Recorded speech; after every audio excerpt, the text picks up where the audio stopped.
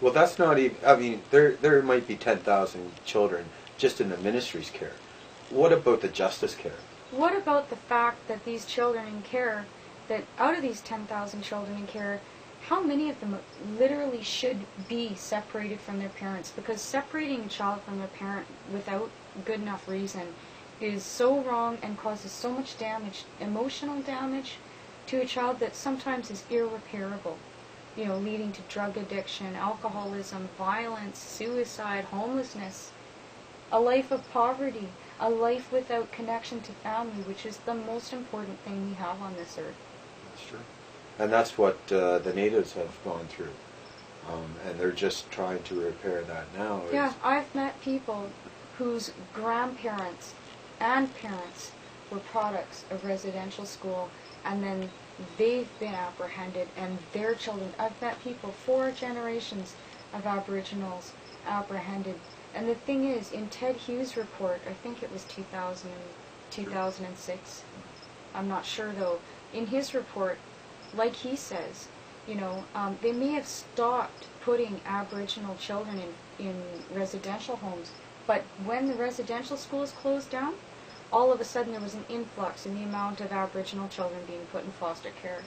So the same amount of kids are being, you know, taken from families. Yeah, and those ties are being broken.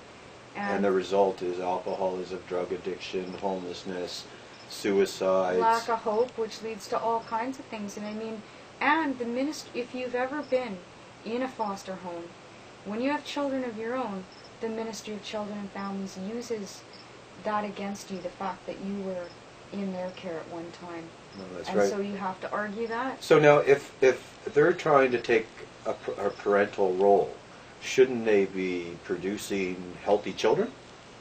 You know, healthy children with healthy minds. Well, the thing is that foster homes will never produce as healthy a child as a healthy home would. But if our child protection system, which taxpayers, you know, provide the funding for, that's right. If they were doing their job, they would be going into homes and providing the supports that those families need. Sometimes it might just be that they need a few extra bucks that month, and that'll relieve some stress. Instead of spending $1,000, $2,000 on a foster. Pay somebody else to take care of them, because even a home that has some problems, even a family that has some issues, is much better for a child than a stranger's family that has, you know, the perfect life. Well, I mean, when I grew up, you know, my mother and father fought like cats and dogs at some points of their life. If we would have been apprehended and taken away, I wouldn't be the man that I am today. So, well, really, I mean, every family has some, you know, hidden problems that usually stay behind closed doors. But still, the result is that they end up being connected. The children end up being connected to their parents at the end of the day when also, the child leaves the home. Children connect with their parents in a different way than they do with, you know, strangers. Say a foster parent, and they learn from their parents' mistakes as well. When they grow up, you know, I'm not going to be like that. You know, I mean, there's lots of benefits for a child. It's evolution. The worst part of a child being apprehended from a family is that even in a case where, you know, like in my case, I was having, you know, major surgery the night my kids were apprehended. I had no choice, you know, and they told me the kids would be back in 3 weeks.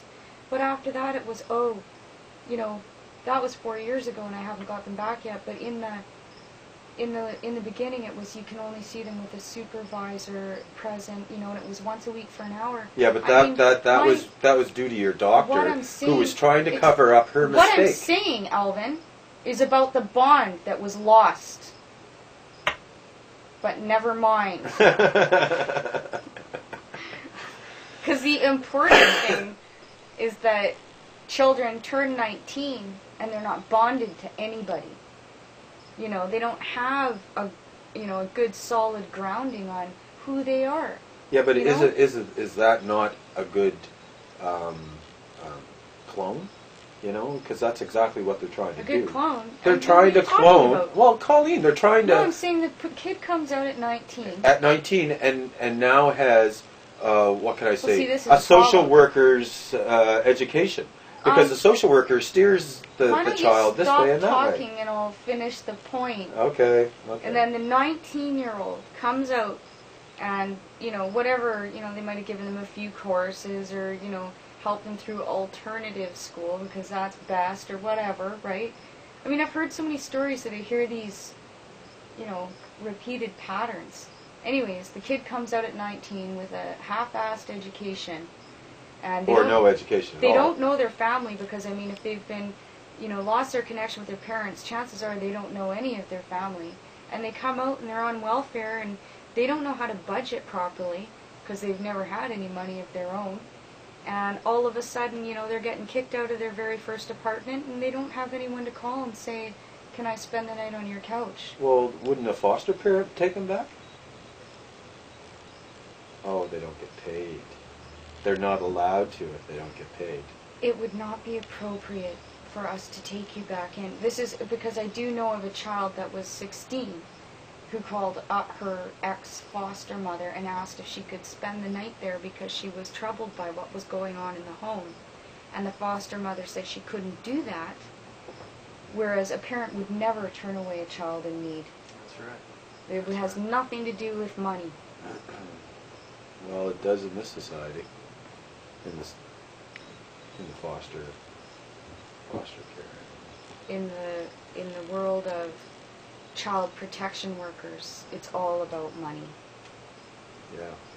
Let's start talking about the Ritalin and what's going on with well, that. when children are apprehended, being taken from the only life they've ever known. I mean, yes, there are cases where children are abused. That's obvious. Everybody knows that. But those aren't the children that seem to be getting apprehended. For the majority of the cases, the family would just need a bit of support.